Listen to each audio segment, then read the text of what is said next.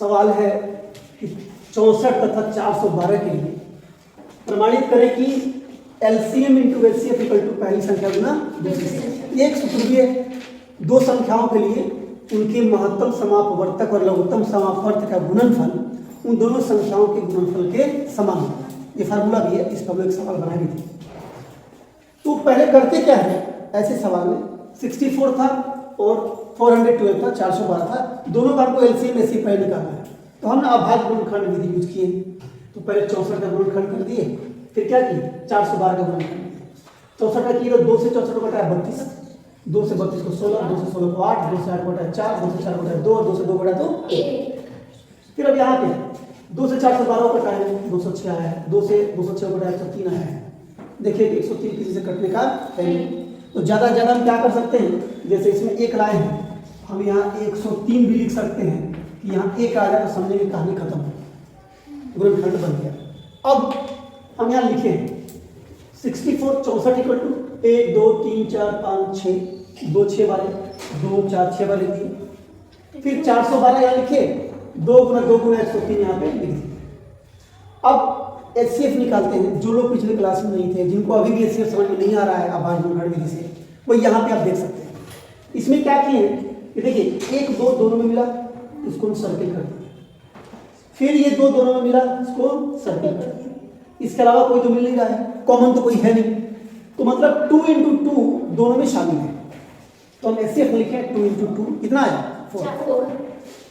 और अब LCM की बारी है। तो मैंने कहा था कि LCM जब निकालते हैं तो आपको क्या करना है, सारी संख्याओं को लिखना है, सारे पदों को लिखना है, कोई रिपीट नहीं करना है, और जो सबसे अधिक बार है उसको लिखना है, छोड़ना भी किसी को नहीं है। मतलब इसमें भी 2 है, इसमें भी 2 है, इसमें 2 6 बार है, इसमें 2 बार है, तो कौन सा 2 लिखेंगे 6 बार वाला लिखेंगे। 1 2 3 4 5 6 की, इसमें 103 है, इसमें नहीं है, फिर भी लिखेंगे LCM 103 लिख दिए, छोड़ना किसी को नहीं है। और जो दोनों में हो, जो सबसे ज्यादा बार है उसको लिखना है। LCM एक बार एकदम गांठ बांध लें, वरना गलती LCM में होती है, HCF में गलती नहीं होती। तो अब LCM कितना है, सबको गुना किए हैं, हमारा आया है 6592। ठीक है। अब यहाँ देखिए LCM गुना HCF और पहली संख्या गुना दूसरी संख्या है। तो हम क्या किए, पहली संख्या और दूसरी संख्या में गुना करें। तो पहली संख्या 64 है ना, दूसरी संख्या 412, दोनों को गुना किए तो आया है 26,368। फिर हम आए LCM और HCF को गुना किया, क्योंकि यही प्रूफ करना था ना, LCM गुना HCF बराबर पहली संख्या गुना दूसरी संख्या।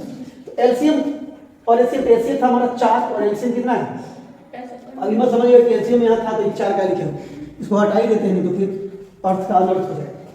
मतलब ये मान लीजिए ये LCM है और यहाँ पे आपका HCF, और ना कुछ लोग जो कहेंगे कि भाई जो पहले था वो पहले लिखना चाहिए। तो LCM था 6592 यहाँ पे था, और HCF था 4, दोनों को गुना किए तो आया है 26,368, दोनों बराबर आया। तो हमने लिखा कि इसलिए LCM into HCF equal to पहली संख्या गुना दूसरी संख्या। ये वेरीफाइड हो गया, प्रमाणित।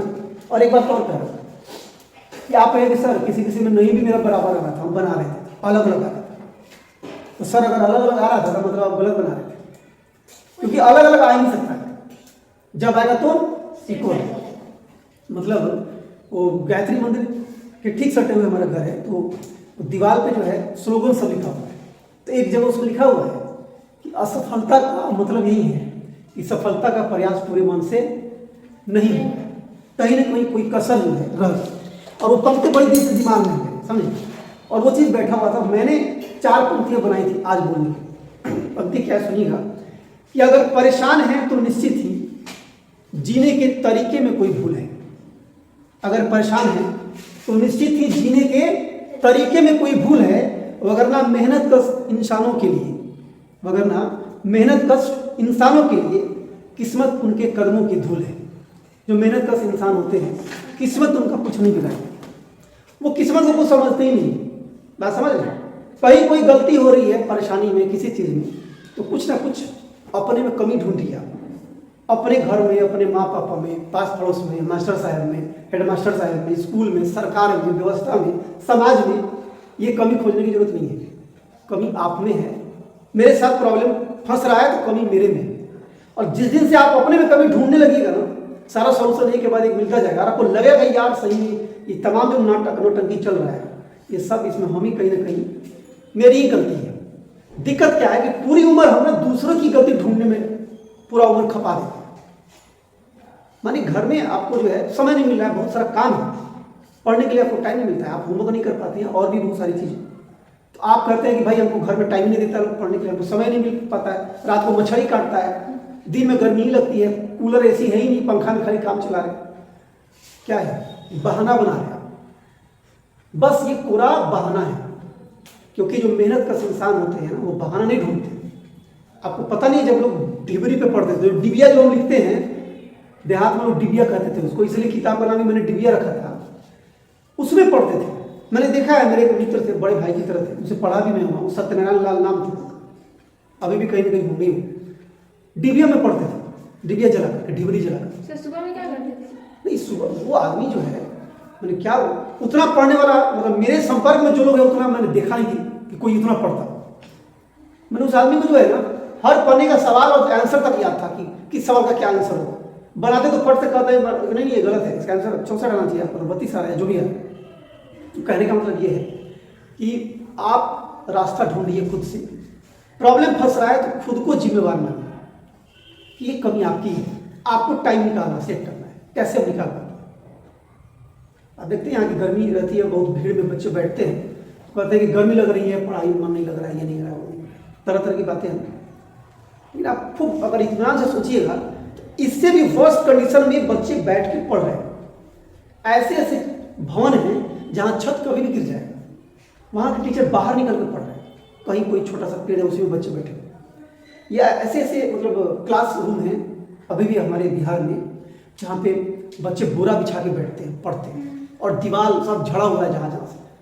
पैसा नहीं कि उसको बनवाया जा सके, विभाग से पैसा नहीं आ रहा है, न तो टीचर हिम्मत हार रहा है, न बच्चे हार रहे हैं, दोनों पढ़ रहे हैं। और आप तो इतने शानदार माहौल में हैं, तो आपको गर्मी लगती है, कभी ठंड लगता है, कभी ये कभी, मतलब बहाना नहीं ढूंढना है। वही है कि जो मेहनत का इंसान होते हैं, किस्मत उनके कदमों की क्या होती है? धूल होती है, कुछ नहीं होता, तो झाड़ देगा किस्मत को, मेहनत। ठीक है, तो ये बना लीजिए, फिर इस पर